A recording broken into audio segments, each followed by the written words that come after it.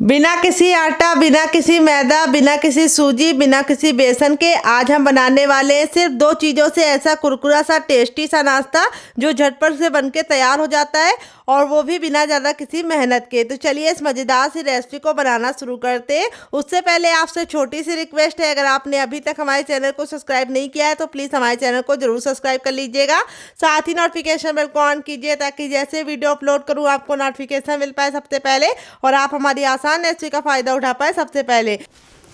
तो यहाँ पे देखिए मैंने क्या लिया है। यहाँ पे मैंने लिया है एक उबला आलू जिसको मैंने बॉईल करके ठंडा कर लिया है। गरम आलू का इस रेसिपी में बिल्कुल भी इस्तेमाल नहीं करेंगे। और एक कप चावल के अंदर हमें सिर्फ एक ही आलू डालना है, इस बात का हमें खास ख्याल रखना है। आलू की मात्रा से ही हमारी रेसिपी का सारा टेक्सचर डिपेंड करता है, इसीलिए आपको आलू ना ही कम ज़्यादा डालना है और ना ही ज़्यादा डालना है। तो यहाँ पे अगर आप आलू नहीं डालना चाहते तो आप इसकी जगह पे पनीर को भी ऐड कर सकते हैं या फिर कोई और वेजिटेबल भी ऐड कर सकते हैं। तो आलू बच्चों को बहुत ज़्यादा पसंद होता है, इसलिए मैं इस रेसिपी में आलू का इस्तेमाल कर रही हूँ।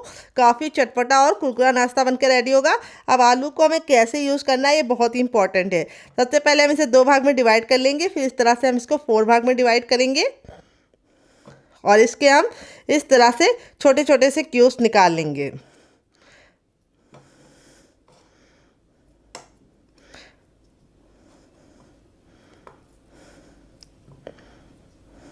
तो यहाँ पे देखिए मैंने इस तरह से इसके क्यूब्स कट कर लिए हैं। बस एक आलू डालने से रेसिपी में इतना गजब का टेस्ट आएगा, कुरकुरा नाश्ता बनकर रेडी होगा कि आप एक बार खा लेंगे तो आप अपने हाथ को रोक नहीं पाएंगे और भर भर की प्लेट नाश्ता पूरा फिनिश कर जाएंगे। और आपका पेट तो बिल्कुल भी नहीं भरेगा, लेकिन आपका मन भी नहीं भरेगा। तो इस रेसिपी को आप इस तरीके से बनाएंगे जैसे मैं बता रही हूँ, टिप एंड ट्रिक के साथ, तो आपका रिजल्ट काफ़ी अच्छा आएगा और रेसिपी को आप खाने के बाद बाहर के समोसा, कचौड़ी और पकौड़ी तीनों भूल जाएंगे। तो चलिए अब हम आगे का काम करते हैं। तो यहाँ पे देखिए मैंने एक ग्रीन चिली ली है बड़ी साइज़ की। अगर आपकी छोटी है तो आप 2 ले लीजिएगा। अगर आप बच्चों के लिए बना रहे हैं तो ग्रीन चिली को स्किप कर सकते हैं। अब हम ग्रीन चिली को इस तरह से सबसे पहले 20 से डिवाइड कर लेंगे, ये देखिए। और अब इस तरह से हम इसको कट करेंगे। यहाँ पे हमें ग्रीन चिली को हल्का सा मोटा मोटा कट करना है। तो ग्रीन चिली बहुत ही ज़्यादा फ़ायदेमंद होती है और ये टेस्ट को भी बहुत अच्छा सा इन्हेंस करती है। तो देखिए ग्रीन चिली को मैंने कट कर लिया है। यहाँ पे अब हमने लिया है थोड़ा सा हरा धनिया। अगर आपके पास हरा धनिया ना हो तो आप पुदीना भी इस्तेमाल कर सकते हैं या फिर कड़ी पत्ता भी डाल सकते हैं। तो यहाँ पे धनिया को अच्छे से वॉश कर लिया है और इस तरह से हम धनिया को भी मोटा मोटा कट कर लेंगे। इन दोनों चीज़ों को डालने से हमारी रेसिपी में बहुत ही गजब का टेस्ट आएगा। अगर आप लोगों को कुछ ज़्यादा ही चटपटा और तीखा पसंद है तो आप 2 ग्रीन चिली ले सकते हैं, लेकिन अगर आप मीडियम तीखा खाते हैं तो आपके लिए 1 ग्रीन चिली काफ़ी होगी। तो यहाँ पे देखिए इस तरह से मैंने दोनों चीज़ों को अच्छे से चॉप कर लिया है और अब इनको हम रखेंगे साइड में और आगे इस्तेमाल करेंगे कैसे, आप देखने के लिए वीडियो के साथ बने रहिए। देखिए एक पैन ले लिया है, पैन को बिल्कुल अच्छे से गर्म कर लेंगे। जब हमारा पैन गर्म हो जाएगा तब इसमें हम 1 छोटा चम्मच ऑयल डालेंगे। आप घी और बटर भी डाल सकते हैं। ऑयल को बिल्कुल अच्छे से गर्म कर लेंगे। जब तक ऑयल गर्म नहीं होगा हमें कुछ भी नहीं करना है। जैसे ऑयल गर्म हो जाएगा हम इसमें 1 चम्मच डालेंगे साबुत धनिया। तो अगर आपके पास साबुत धनिया ना हो तो आप इसकी जगह पे कुटा हुआ धनिया भी डाल सकते हैं। फिर 1 चम्मच जीरा 10 से 15 सेकंड चटका लेंगे। 1 चम्मच चने की दाल जिसको मैंने अच्छे से कपड़े से पोंछ के लिया, भिगो के नहीं लिया है। सारी चीज़ों को हमें 10 से 15 सेकंड चटकाने के बाद अब इसमें 1 चम्मच हमें डाल देना है उड़द की दाल। यहाँ पे गैस का फ्लेम लो रखना है और जो बर्तन लीजिएगा थोड़ा सा भारी लीजिएगा। अगर आपके पास धुली हुई उड़द की दाल ना हो तो आप इसकी जगह पे मसूर की दाल का भी इस्तेमाल कर सकते हैं। और 2 हमने साबुत खड़ी लाल मिर्च को इस तरीके से तोड़ लिया है, इसको भी हम 10 से 15 सेकंड भून लेंगे। अब गैस का फ्लेम हमने बंद कर दिया है और अब हम क्या करेंगे, यहाँ पे इसको हम मिक्सी जार में ट्रांसफ़र करेंगे।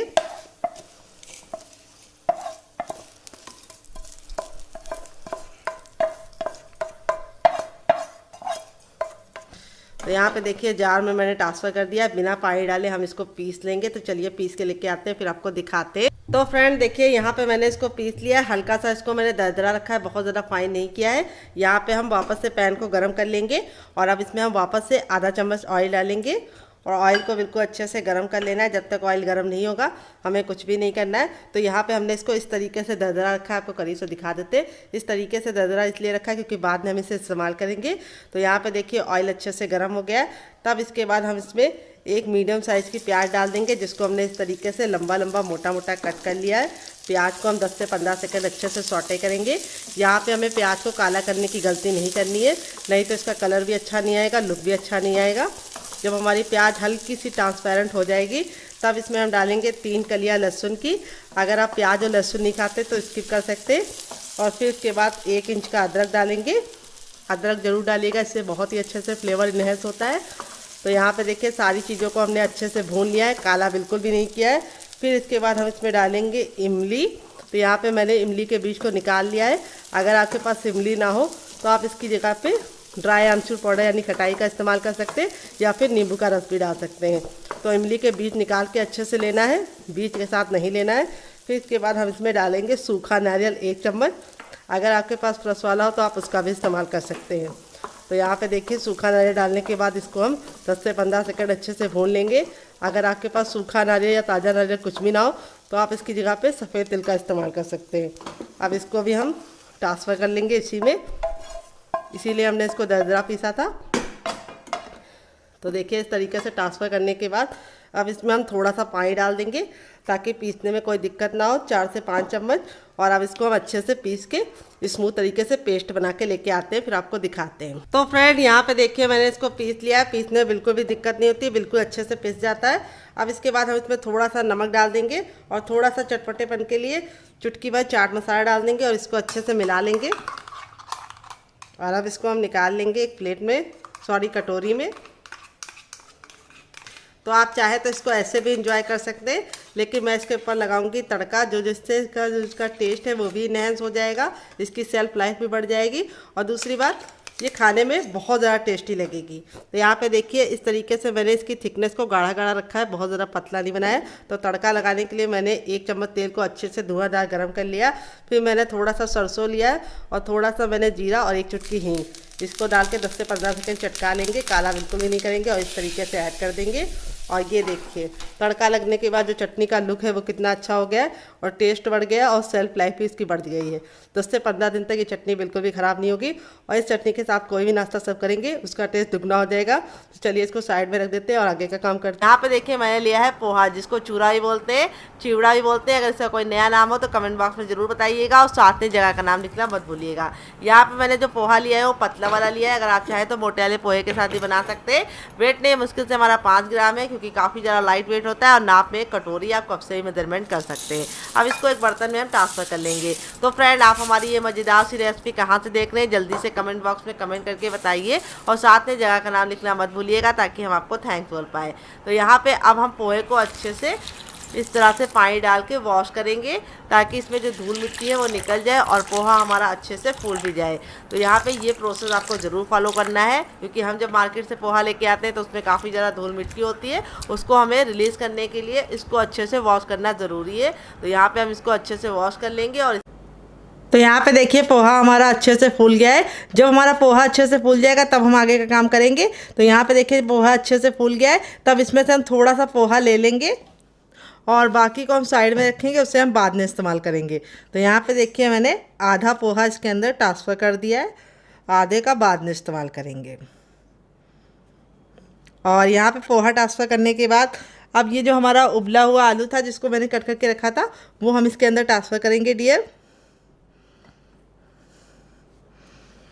और अब इसके बाद हम इसमें डालेंगे 1 छोटी कटोरी चावल का आटा, जिससे हमारा नाश्ता बहुत ही ज़्यादा कुरकुरा और क्रिस्पी बनेगा, क्योंकि पोहा और आलू डालने से अंदर से सॉफ्ट बनेगा। और अगर आप इसके अंदर चावल का आटा डालेंगे तो ये बिल्कुल भी ऑयली नहीं बनेगा। और दूसरी बात, ये बहुत ही अच्छे से कुक होगा और क्रिस्पी और करारा बनेगा। तो चावल का आटा डालने से क्या फ़ायदा होगा, नाश्ता हमारा बहुत ही ज़्यादा कुरकुरा और क्रिस्पी बनेगा और बिल्कुल भी ऑयली नहीं बनेगा। अब इसके अंदर हम थोड़ा सा पानी ऐड कर देंगे, लमसम 1 छोटी कटोरी, और इसको कवर करके बिल्कुल अच्छे से इसका पेस्ट बनाएंगे। तो चलिए पेस्ट बना के लेके आते हैं, फिर आपको दिखाते हैं डियर। तो फ्रेंड यहाँ पे देखिए मैंने इसको पीस लिया है। पीसने में बिल्कुल भी दिक्कत नहीं होती, अच्छे से हमारा ये पीस जाता है। अब इसको एक बर्तन में हम ट्रांसफ़र कर देंगे।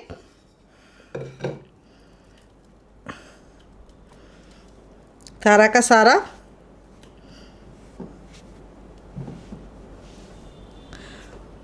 और अब इसमें हम कुछ चीज़ें ऐड करेंगे, क्या क्या आइए आपको बता देते हैं। सबसे पहले थोड़ी सी कुटी हुई लाल मिर्च, बिल्कुल ज़रा सा हम इसमें डालेंगे टर्मरिक पाउडर यानी हल्दी। हल्दी हमें चुटकी भर डालनी है। और नाश्ते को चटपटा बनाने के लिए अब इसके अंदर ऐड करेंगे हम क्या, आइए आपको बता देते हैं। अब इसके अंदर ऐड करेंगे हम बहुत इंपॉर्टेंट चीज़, वो है चाट मसाला, थोड़ा सा गरम मसाला जो मेरा होममेड है। अगर आपको इसकी रेसिपी चाहिए तो कमेंट बॉक्स में कमेंट करना, आपके साथ शेयर करूँगी।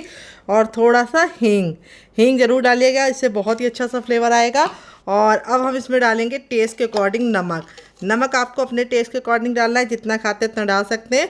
और अब इसमें हम कुछ वेजिटेबल ऐड करेंगे, जो बेसिक सी वेजिटेबल है, हर किचन में आपको आसानी से मिल जाती है। थोड़ा सा प्याज डालेंगे, अगर आप प्याज नहीं खाते तो स्किप कर सकते हैं डियर। थोड़ा सा इसमें ऐड करेंगे हम शिमला मिर्च, ग्रीन वाली, आप चाहे तो येलो और रेड वाली का भी इस्तेमाल कर सकते हैं। और थोड़ी सी गाजर, वैसे तो बच्चे गाजर खाते नहीं, तो इस तरह से हम उनको खिला सकते हैं।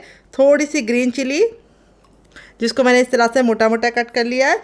और ढेर सारा हरा धनिया, अगर आपके पास हरा धनिया ना हो तो आप इसकी जगह पे पुदीने का भी इस्तेमाल कर सकते हैं, या फिर कड़ी पत्ता भी ऐड कर सकते हैं।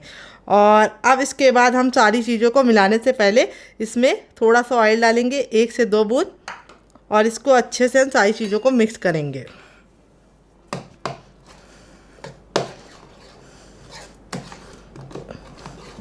तो बहुत ही किचन के बेसिक मसालों के साथ इस रेसिपी को मैं बना रही हूँ। ये रेसिपी इतनी ज़्यादा अमेजिंग बनती है कि आप एक बार बना के खा लेंगे तो आपको बार बार बनाने का दिल करेगा। और बहुत ज़्यादा लाइट वेट होने के साथ साथ अंदर से बिल्कुल रुई जैसी मुलायम बनती है, ऊपर से कुरकुरी और क्रिस्पी बनती है। और आप इसकी प्रिपरेशन रात में ही करके रख सकते हैं। तो यहाँ पे देखिए इस तरह से हमारा बैटर हो गया है रेडी। अब चलिए चलते हैं इसको बनाने के प्रोसेस की तरफ डियर। तो फ्रेंड आ गए गैस की तरफ। यहाँ पे देखिए मैंने एक पैन रखा है, आप चाहे तो इसको तावे पे बना सकते हैं या फिर किसी और बर्तन में बना सकते हैं, जिसमें आपकी इच्छा हो।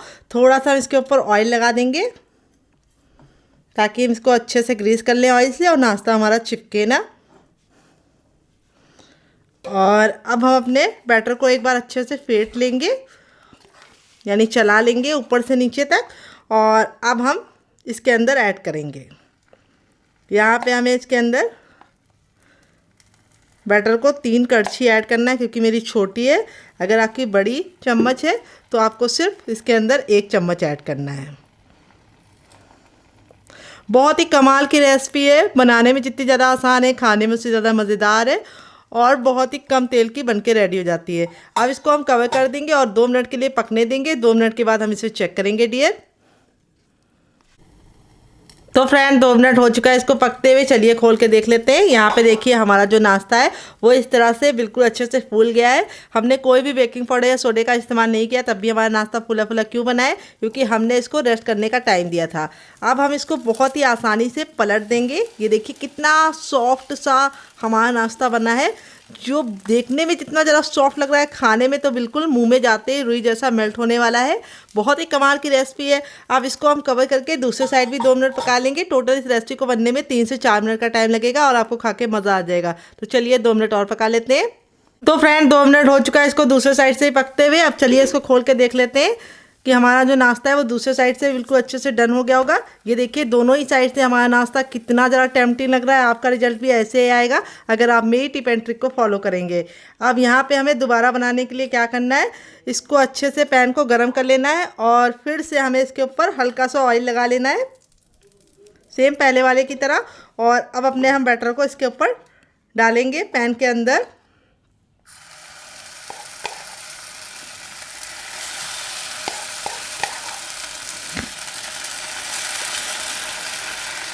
तो बहुत ही आसान रेसिपी, आप इसे ज़रूर ट्राई कीजिएगा और मुझे फीडबैक ज़रूर दीजिएगा कि आपको हमारी ये मज़ेदार सी रेसिपी कैसी लगी। अच्छी लगी तो प्लीज़ एक लाइक ज़रूर कीजिएगा। और अब इसको हम पहले वाले की तरह बना लेते हैं, फिर आपसे मिलते हैं। तो फ्रेंड बनकर रेडी हो चुका है हमारा चटपटा सा कुरकुरा सा करारा सा नाश्ता। देख लीजिए इसका फाइनल जग कितना ज़रा खूबसूरत लग रहा है। आलू से बना ये नाश्ता बहुत ही ज़्यादा ऊपर से कुरकुरा और क्रिस्पी होने के साथ साथ अंदर से रुई जैसा सॉफ्ट है। देख लीजिए कितना टेम्पटिंग है, हाथ में लेते ही पूरा मुट्ठी में आ रहा है। और यहाँ पे मैं आपको तोड़ के दिखाऊंगी, देखिए इसका जो टेक्सचर है वो कितना स्मूथ है, बिल्कुल रुई जैसा सॉफ्ट नाश्ता बन के रेडी हुआ है। आप इसे एक बार खाएंगे तो इसके दीवाने हो जाएंगे। और इस वाली चटनी के साथ इसका कॉम्बिनेशन अलग ही लेवल का लगता है। आप एक बार इस नाश्ते को इस चटनी के साथ चख लेंगे तो जब भी नाश्ता बनाएंगे चटनी जरूर बनाएंगे, इसकी मैं गारंटी देती हूँ। आप इसे बच्चों के टिफिन बॉक्स में और पति के लंच बॉक्स में दे सकते हैं और इसकी प्रिपरेशन आप रात में ही करके रख सकते हैं। अगर आप इसे चटनी के साथ नहीं इंजॉय करना चाहते तो आप इसे केचप के साथ, ग्रीन चटनी के साथ, चाय के साथ इंजॉय कर सकते हैं। इसे ऐसे भी इंजॉय कर सकते हैं बिना किसी चीज़ के साथ। ये बहुत ही ज़्यादा टेम्पटिंग है। आप इसमें और सब्जियां भी ऐड कर सकते हैं। मैंने बहुत ही बेसिक सब्जियों के साथ इसे बनाया है। जो बच्चे वैसे तो सब्जियां खाते नहीं, तो इस तरह से आप नाश्ते में छुपा के इनको खिला सकते हैं। तो अगर आपको हमारी रेसिपी में कुछ भी अच्छा लगा हो तो प्लीज़ छोटा सा लाइक जरूर दीजिएगा और फैमिली एंड फ्रेंड के साथ इस मज़ेदार से नाश्ते को जरूर शेयर कीजिएगा, जो देखने में बिल्कुल आलू के पराठे जैसा टेक्सचर का होता है, लेकिन खाने में इतना मज़ेदार होता है कि आपको इसका स्वाद एक बार मुंह लग गया तो हफ्ते में आप इसे 4 से 5 बार जरूर बनाएंगे। तो एक छोटा चम्मच ऑयल, बस एक छोटा चम्मच ऑयल हमारा जाएगा। फिर इसके बाद ऑयल को अच्छे से गर्म कर लेंगे। फिर इसके बाद इसमें डालेंगे अजवाइन। अजवाइन को 10 से 15 सेकंड चटकने देंगे। जब अजवाइन चटक जाएगी तब इसमें हम डालेंगे हींग। हींग जरूर डालिएगा, इससे बहुत ही अच्छा फ्लेवर आता है नाश्ते में। और जब हमारी हींग चटक जाएगी तब इसके बाद हम इसमें डालेंगे 2 हरी मिर्च। अगर आपका बच्चा बहुत ज़्यादा छोटा है तो आप हरी मिर्च को स्किप कर सकते हैं डियर। फिर इसके बाद हम इसको अच्छे से पका लेंगे 10 से 15 सेकंड। फिर इसके बाद हम इसमें डालेंगे सरसों, जिसको हम 10 से 15 सेकंड चटकाने के बाद अब एक मीडियम साइज़ की प्याज को इस तरह से लंबा लंबा कट करके डाल देंगे। और प्याज को हमें 10 से 15 सेकंड अच्छे से कुक कर लेना है। तो यहाँ पे प्याज आपको ज़रूर डालना है, इससे नाश्ते में बहुत ही अच्छा सा क्रिस्प आएगा। और प्याज को हमें ना ही ब्राउन करना है ना ही काला करना है, बस हल्का सा गुलाबी सा कलर आ जाए और प्याज हमारी हल्की सी सॉफ्ट हो जाए, ट्रांसपेरेंट हो जाए, इतना हमें पकाना है। तो यहाँ पे देखिए प्याज हमारी हल्की हल्की सी कलर चेंज करना शुरू कर दी है। अब इस स्टेज पे हम इसमें डालेंगे 1 चम्मच उड़द की दाल धुली वाली। तो यहाँ पे हमें उड़द की दाल को पहले ऑयल में नहीं डालना है क्योंकि ये ड्राई है, इसको हमने भिगो के नहीं लिया है। बस हमने कच्ची दाल को कपड़े से अच्छे से पोंछ लिया था ताकि धूल मिट्टी निकल जाए। और इस तरह से ड्राई दाल को हमें इस तरह से प्याज के साथ अच्छे से पकाना है। इससे क्या होगा, प्याज में जो मॉइस्चर होता है वो हमारी दाल को काला होने के लिए रोकेगा और दाल हमारी काली नहीं होगी, अच्छे से कुक हो जाएगी। तो ये टिप को आप ज़रूर फॉलो कीजिएगा। तेल में अगर आप डालेंगे दाल शुरुआत में तो दाल बहुत ही जल्दी काली हो जाएगी और अच्छे से कुक नहीं हो पाएगी, क्योंकि दाल हमारी भीगी तो है नहीं, ड्राई दाल है, तो इसको पकने में 1 से 2 मिनट का टाइम लगेगा। तो यहाँ पे हमें सारी चीज़ों को अच्छे से मिक्स करके पका लेना है। अब इस स्टेज पे हम इसमें डालेंगे थोड़ी सी कसूरी मेथी, जिससे बहुत ही अच्छा सा फ्लेवर आएगा। अगर आपके पास ये ना हो तो आप इसकी जगह पे कड़ी पत्ता भी डाल सकते हैं डियर, लेकिन कड़ी पत्ता हर घर में नहीं होता है, तो इसीलिए कसूरी मेथी का इस्तेमाल कर रही हूँ, जो आपके हर किचन में मौजूद होती है। अब इसके बाद हमारे जो आलू के लच्छे थे बिल्कुल अच्छे से ड्राई हो चुके, वो हम इसके अंदर डाल देंगे और इनको हम कुक कर लेंगे। तो यहाँ पे हमें इसको अच्छे से मिक्स करके कुक कर लेना है। यहाँ पे हम नमक नहीं डालेंगे, अगर आप नमक डाल देंगे तो आलू के जो लच्छे हैं वो बहुत ज़्यादा गल जाएंगे और सारे जो हमारे लच्छे हैं उनका लुक बर्बाद हो जाएगा। तो हमें लच्छों को सिर्फ 80% ही कुक करना है, इसीलिए हम इसको कवर करके 2 मिनट के लिए पकने के लिए छोड़ देंगे और 2 मिनट के बाद चेक करेंगे।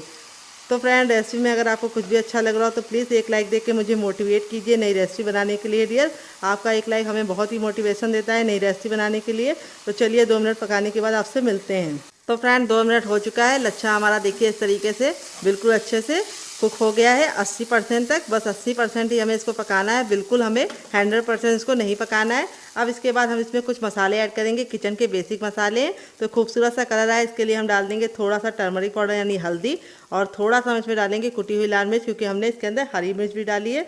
अगर आपने हरी मिर्च नहीं डाली है तो आप लाल मिर्च की मात्रा को बढ़ा सकते हैं। थोड़ा सा नाश्ते को चटपटा बनाने के लिए डालेंगे चाट मसाला, और अब हम डालेंगे हर स्वाद को मुकम्मल करने वाला नमक, क्योंकि इसके बिना तो सब कुछ अधूरा है। अब इसके बाद थोड़ा सा काश्मीरी लाल मिर्च डालेंगे, जिससे बहुत ही अच्छा कलर आएगा। अगर आपके पास ये ना हो तो आप इसको स्किप भी कर सकते हैं, आप इस जगह पे नींबू का रस भी डाल सकते हैं। अब इसमें हम डालेंगे थोड़ा सा मैगी मसाला, जो मेरा होममेड है। अगर आपको इसकी रेसिपी चाहिए तो कमेंट बॉक्स में कमेंट करना, मैं आपके साथ शेयर करूँगी। अगर आपके पास मैगी मसाला ना हो तो आप इसकी जगह पर गरम मसाले का भी इस्तेमाल कर सकते हैं डियर, या फिर सांभर मसाला या फिर पाव भाजी मसाला भी इस्तेमाल कर सकते हैं। तो यहाँ पे देखिए सारी चीज़ें हमारी बिल्कुल अच्छे से कुक हो गई हैं। अब इस स्टेज पे हम इसमें डालेंगे ढेर सारा हरा धनिया, जिससे हमारे नाश्ते का लुक भी बढ़ जाएगा, टेस्ट भी बढ़ जाएगा। तो हरा धनिया डालने के बाद हमें इसको ज़्यादा नहीं पकाना है, क्योंकि अगर आप ज़्यादा पकाएंगे तो हरा धनिया का कलर भी काला हो जाता है और टेस्ट में भी एक कड़वापन आ जाता है। तो यहाँ पर हमारा ये आलू वाला मसाला बनके रेडी हो चुका है। अब इसको हम हल्का सा ठंडा होने के लिए छोड़ देंगे। साइज का बर्तन ले लेंगे और अब इसके बर्तन के अंदर हम क्या रखेंगे, इस बर्तन के अंदर हम रखेंगे छन्ने को। तो यहाँ पे छन्ने को रखने के बाद अब इसमें हम डालेंगे हर किचन में मौजूद गेहूँ का आटा। ये वही आटा है जिससे हम लोग रोटी बनाते हैं, चपाती बनाते हैं। वेट नहीं है हमारा मुश्किल से 150 ग्राम है और नाप में एक बड़ी कटोरी है। आप कप से भी मेजरमेंट कर सकते हैं डियर। तो इस आटे को हमें फटाफट इस तरह से छान लेना है। छानने से क्या होगा, हमें बहुत ही बारीक बारीक आटा मिल जाएगा और मोटा आटा हमारा बच जाएगा, उसको हम नहीं इस्तेमाल करेंगे। तो चलिए इसको हम फटाफट छान लेते हैं। तो ये देखिए जो मोटा मोटा है इसको हम साइड में रखेंगे। और अब इसमें हम क्या ऐड करेंगे आइए आपको बता देते हैं। तो सबसे बेसिक चीज़ है हमारी नमक। तो हम इसमें अब डाल देंगे टेस्ट के अकॉर्डिंग नमक।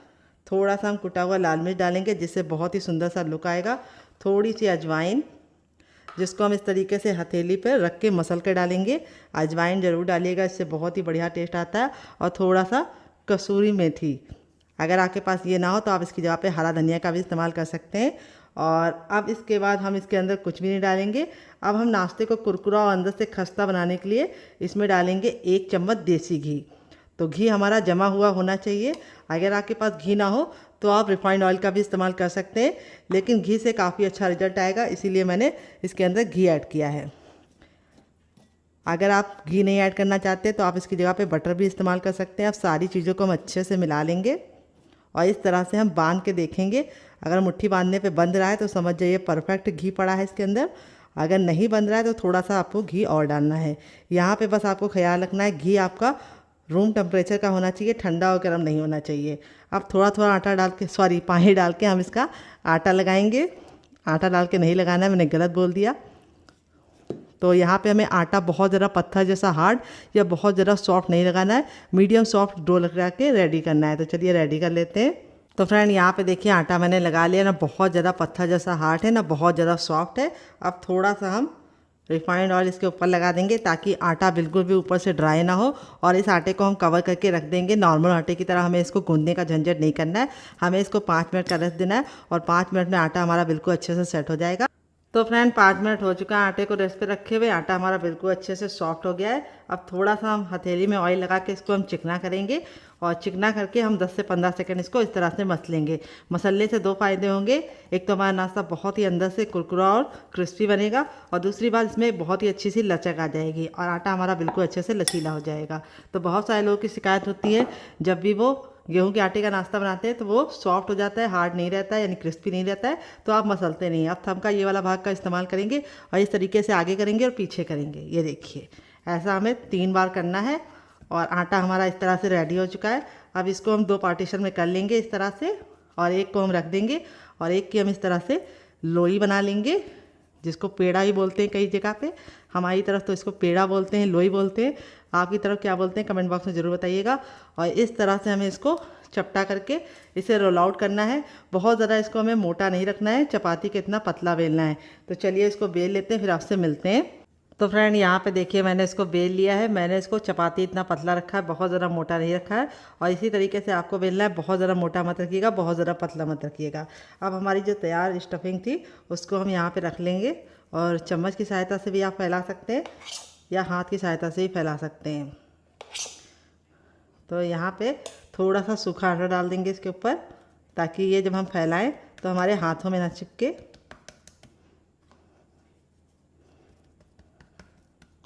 और इसकी हमको एक पतली सी लेयर फैलानी है। तो थोड़ा सा आटा लगाने से बहुत ही अच्छा इसका रिजल्ट भी आएगा और काफ़ी गजब बनेगा। ये देखिए इस तरह से हमें इसको फैला लेना है। थोड़ा सा पतला ही फैलाइएगा, बहुत ज़्यादा मोटा मत फैलाइएगा। जैसे मैं फैला रही हूँ उसी तरीके से आपको भी फैलाना है। अगर आपको लग रहा है आपको आटा नहीं हल्का हल्का सा छिड़कना है इसके ऊपर तो आप इसकी जगह पे ऑयल भी लगा सकते हैं। देखिए इस तरह से मैंने इसको फैला लिया, किनारों को मैंने छोड़ दिया है। अब यहाँ पे ये वाला हिस्सा लेंगे और इस तरह से हम करेंगे टैप टैप, और ये वाला हिस्सा लेंगे और इस तरह से करेंगे टैप टैप। अब हम इसको टाइटली रोल करेंगे। ये देखिए जैसे मैं कर रही हूँ।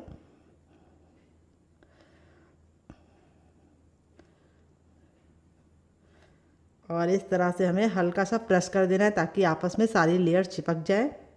और इस तरह से करने के बाद अब इसको हम इस तरह से मोड़ देंगे, ये देखिए। और मोड़ने के बाद इस तरह से हम हल्का सा कट लगाएंगे। तो कट हमें ज़्यादा डीप नहीं लगाना है, हल्का सा लगाना है। और कट लगाने के बाद इस तरह से हम इसको फैला लेंगे, ये देखिए। फिर वापस से हम थोड़ा सा सूखा आटा डालेंगे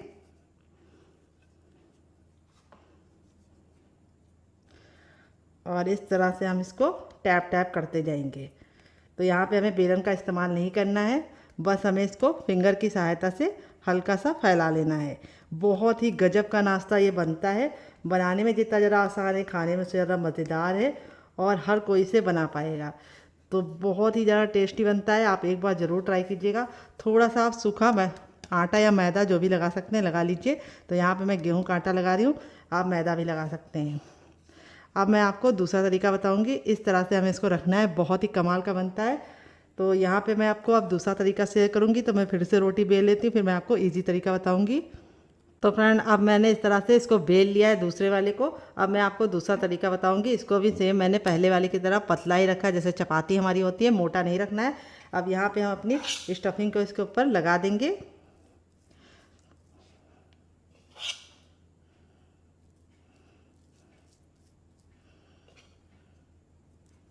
तो यहाँ पे मैं आपको पानी के हाथ से फैला के दिखाऊंगी। अगर आप आटा नहीं लगाना चाहते तो इस तरह से पानी को हाथ में हल्का सा डिप करके इस तरह से फैला सकते हैं, ये देखिए ईज़िली ये फैल जाएगा।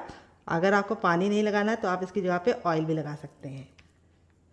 ये देखिए इस तरह से हमें इसको हल्का हल्का सा पतला ही फैलाना है, बहुत ज़्यादा मोटा लेयर नहीं होना चाहिए स्टफिंग की।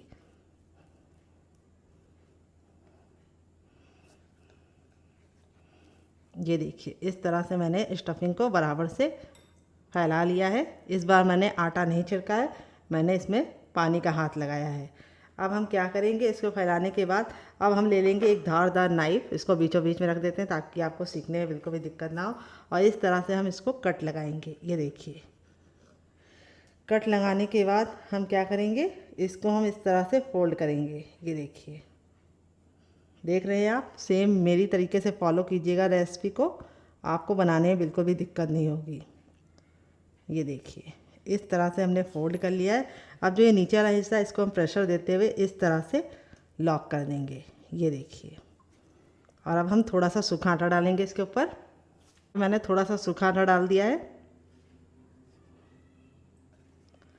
उल्टी की तरफ करके भी थोड़ा सा सूखा आटा डालेंगे। और अब हाथों की सहायता से इस तरह से हम इसको फैलाते जाएंगे, ये देखिए। आप चाहे तो बेलन से ही बेल सकते हैं, तो मैं बेलन से भी बेल के आपको दिखा देती हूँ। यहाँ पे हमें ख्याल रखना है, बहुत ज़्यादा टाइट बेलन नहीं चलाना है, हल्के हाथों से बेलन चलाना है।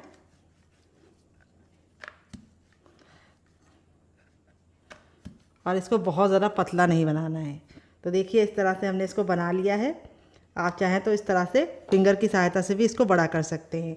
तो यहाँ पे देखिए दोनों मेरे रेडी हो चुके हैं। इसमें स्टफिंग कम दिखती है और इस वाले में स्टफिंग काफ़ी मज़े की दिखती है। तो इसको मैं आपको फ्रीज करने का तरीका भी दूंगी, अगर आपको चाहिए तो कमेंट बॉक्स में यस लिखना, मैं आपके साथ शेयर करूंगी। इसका साइज़ आप अपने हिसाब से रख सकते हैं। ये वाला मैंने हल्का सा कम रखा है, इसको मैंने पतला बना लिया है। तो जिसको पतला खाना है वो इस तरीके से पतला भी बना सकता है बेल के, और जिसको हल्का सा कुरकुरा और अंदर से खस्ता चाहिए वो हाथों की सहायता से इसको बढ़ा ले। इसको आप और भी बढ़ा सकते हैं। ये देखिए इस तरह से थोड़ा सा आटा लगाइए और इस तरह से थोड़ा सा और बढ़ा लीजिए। अब चलिए चलते हैं इसको बनाने के प्रोसेस की तरफ और देते हैं मज़ेदार सी टिप एंड ट्रिक, जिससे बहुत ही ज़्यादा अंदर से करारे और क्रिस्पी बनेंगे और खस्ता बनेंगे। फ्रेंड यहाँ पे देखिए मैंने नॉन स्टिक पैन लिया, आप चाहे तो इसको लोहे के तावे में भी बना सकते हैं, लेकिन यहाँ पे जो भी बर्तन लीजिएगा, नॉन स्टिक लीजिएगा या लोहे का, उसको अच्छे से हीट करके ही पराठों को डालिएगा और मोटे तल्ले का लीजिएगा, यानी भारी लीजिएगा। जब हमारा तावा बिल्कुल अच्छे से हीट हो जाएगा तब इसके अंदर हम इसको डाल देंगे। गैस के फ्लेम को हमें फुल रखना है और फुल फ्लेम पे हमें इसको 10 सेकेंड अच्छे से कुक करना है। 10 सेकंड जब आप कुक कर लेंगे तब आपको इस तरह से इसको हल्का सा इस तरह से किनारों को छुड़ाते हुए पलटना है। ये देखिए जैसे मैं सेम पलट रही हूँ, ये देखिए। और इस तरह से पलटने के बाद आपको इसको सिकने देना है 2 मिनट के लिए, और 2 मिनट के बाद ये जब हल्का सा कुक हो जाएगा तब हम आगे का काम करेंगे। तो यहाँ पे बस आपको ख्याल ये रखना है कि हमें जो टिप हमने दी है आपको उसे फॉलो करना है।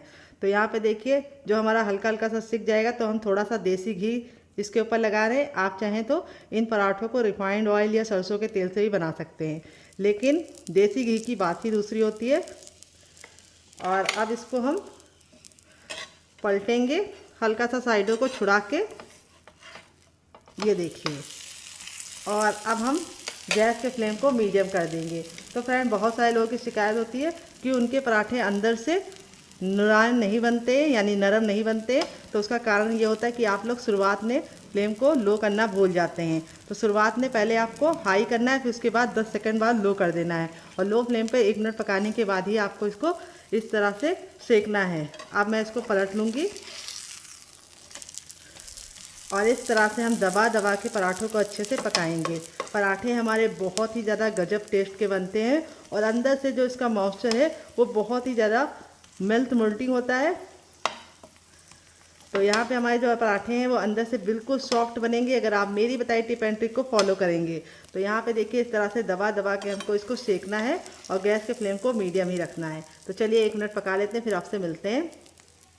तो फ्रेंड, यहाँ पे धीमी धीमी आंच पे हमारे पराठे सिक गए हैं एक साइड से। अब इसको हम पलट देंगे। देखिए कितना प्यारा सा कलर आ गया है, और लच्छे देखिए कितने ज़्यादा इस तरह से क्रिस्पी लग रहे हैं।